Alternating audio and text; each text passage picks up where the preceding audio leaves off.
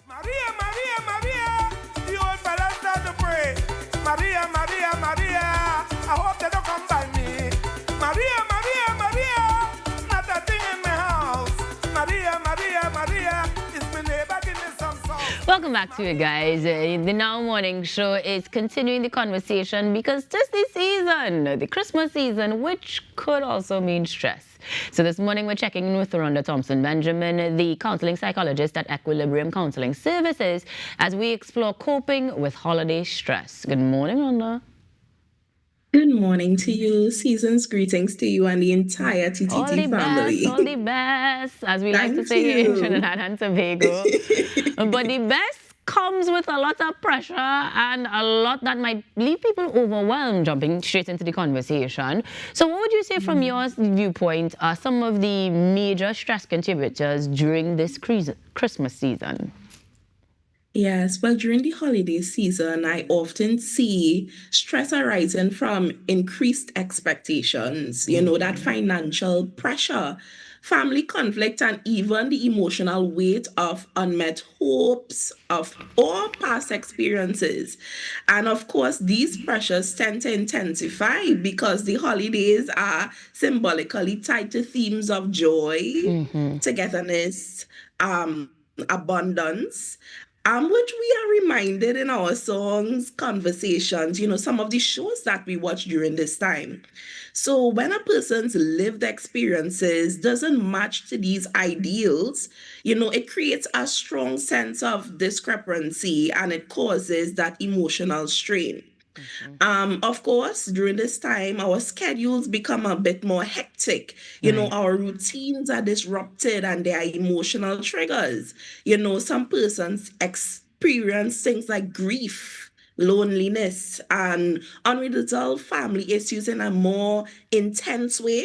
And during this time, they tend to come to the surface. So these are some of the sources of stress during this Christmas season, this holiday season. You check some big boxes there because it's definitely financial, top tier, emotional with the family, and even the social situations with being in the proximity of these persons. So let's talk boundaries immediately because there's only so much you can do. What are some healthy individual boundaries that we could probably look at setting? Yes, I think it's important for us to establish our boundaries before the season begins. But if we are currently in the season, it's never too late to set up those boundaries. So healthy boundaries starts with, I call it the 3 C's: clarity, communication, and consistency. So emotionally, individuals can protect their well-being by identifying their limits right away. When you identify your limits or your boundaries, you are more likely to make decisions based on those boundaries. So you have to have an established limit so that you would know when you should say no, when you need to rest, when you need to give yourself permission to step back from emotionally charged interactions. Even socially, boundaries may mean limiting the amount of gatherings that you attend. Yeah. Now, I don't know about you all, but I have so many gatherings that I have been invited to, but you have to set those limits. Yeah. Deciding in advance how long you would want to stay. Because if you don't have boundaries, other people would have boundaries for you. Yeah. So set up those boundaries in terms of how long you can stay. And of course, the financial boundaries, which is a big one that we need to talk about. Create a realistic budget. Agree on the gift limits. So we are doing gifts at church, at our religious institution, maybe at work, other places. What is the limit? What is the financial limit? What can I afford? Maybe I can attend the dinner, but I can't engage in the gift exchange this year. I know, it sounds like, okay, maybe people would think bad of me, but at the end of the end of the day, when January comes, remember you also have financial Obligations. responsibilities that you have to engage in. So boundaries are not about exclusions. They are about maintaining, preserving your emotional health and engaging with individuals from a place of stability. So it's not just a wall, it's a gate. So I quite you like that. decide. That's a You good way to decide. think of boundaries as, Yeah. one, not a wall, but a gate. I really appreciate that because Mhm. it does carry a bit of weight and negative connotation to a lot of people these days. So I like how you put it across there. But remind me of those 3 C's because I'm taking note for myself. Yes. So it's clarity, communication, and Communicate. consistency. Yes. Ironically, I If you forgot set a communication. boundary, you have to be consistent with your boundary. Yes, you cannot veer away from it because it makes it harder to maintain them. Yeah. Now, one of the things that you did underscore was the family dynamic and the complexities therein. The boundary setting there could be a lot more complicated because where our budgets, financially at least speaking, is definitive numbers and figures, emotions you kind of quantify differently and triggers may be entirely different altogether person to person. Let's talk a little bit about how we navigate conflict and promote more supportive environments, specifically at the seasonal time. Yeah, important. So family tension often stems from long-standing patterns. So it shows up during difficult seasons or more stressful seasons. So I always encourage families to aim for intentional communication. So this might mean planning ahead, for potentially sensitive situations, discuss expectations openly and assign roles and responsibilities like who is cooking, who is hosting, who is doing the childcare, and be careful that it does not fall only on one person. It also helps when family agree on house rules for the season. So, which topics are we not going to explore when our extended family they are around? So, those are some things that we have to take into consideration. How can we take breaks when things become heated?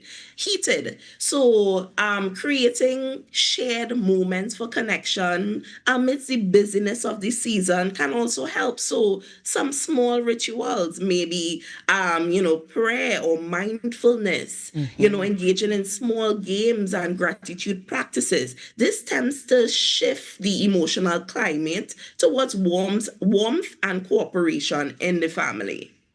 That sounds beautiful in theory, but I imagine will be Mm-hmm. something that you definitely have to go in more depth with and have real expectations about, realistic expectations, because as you rightfully said, these things are usually deeply rooted and started well before the Christmas season itself.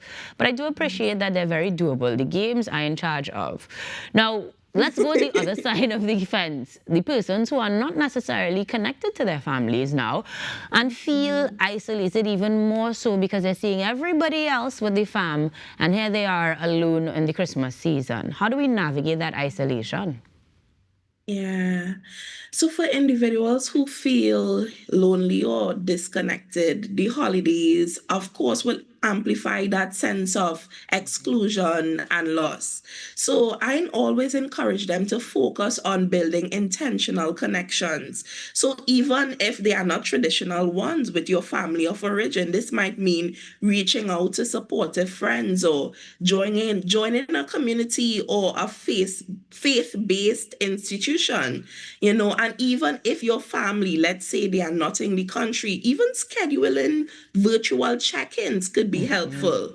If this cannot happen, personal rituals can help. So it might mean writing a letter of reflection, engaging in volunteering, spending time in nature.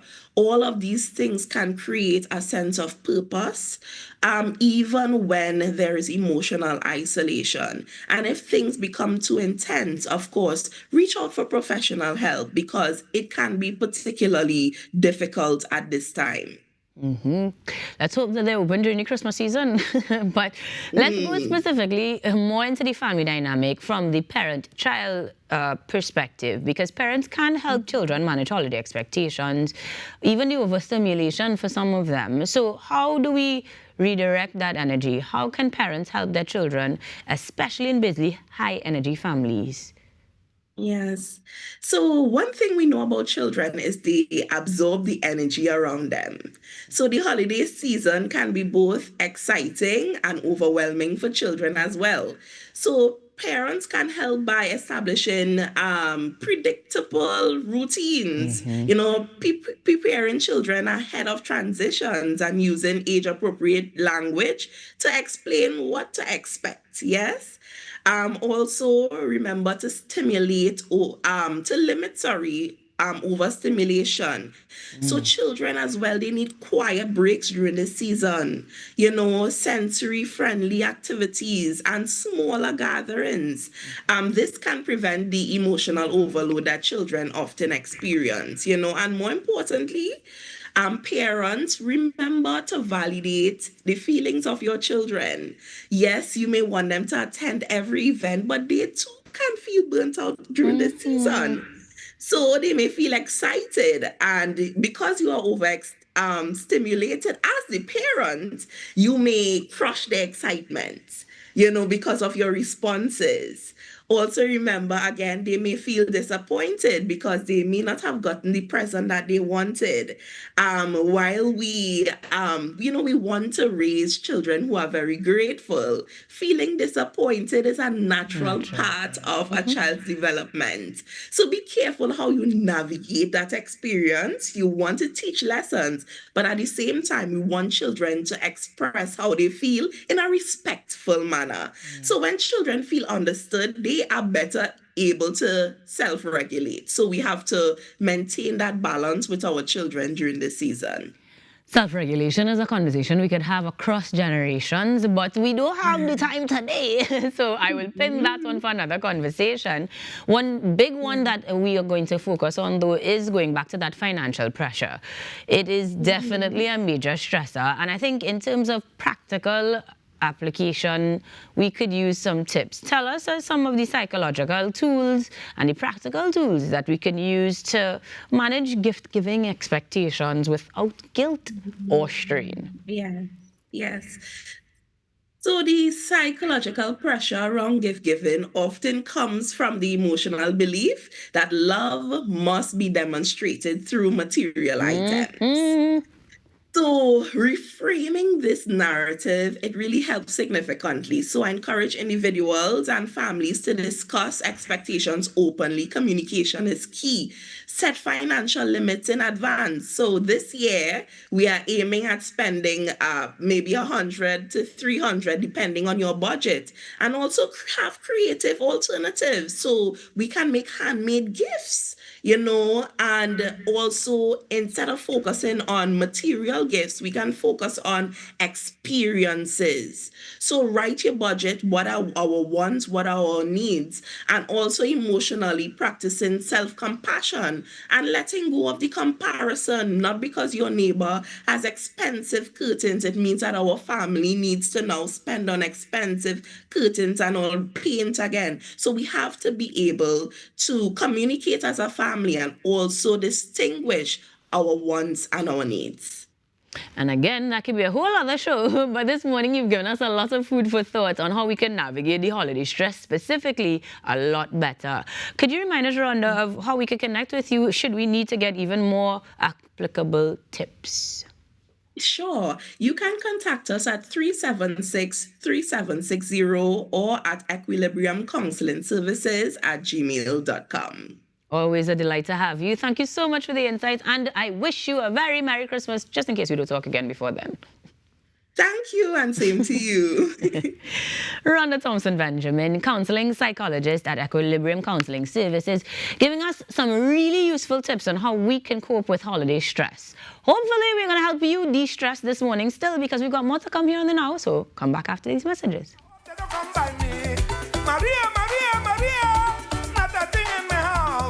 Maria, Maria, Maria, it's my neighbor, give me some sauce. It's Maria, Maria, Maria.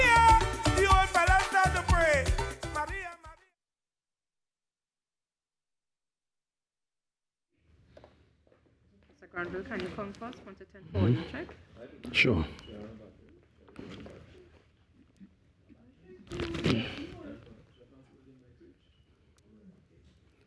Big over. Right. 1, 2, 3. Yeah, your number. Yeah. Can you come first? 1 to 10 forward. Do you want to have a seat by the time? 1, 2, 3, 4, 5, 6, 7, 8, 9, 10.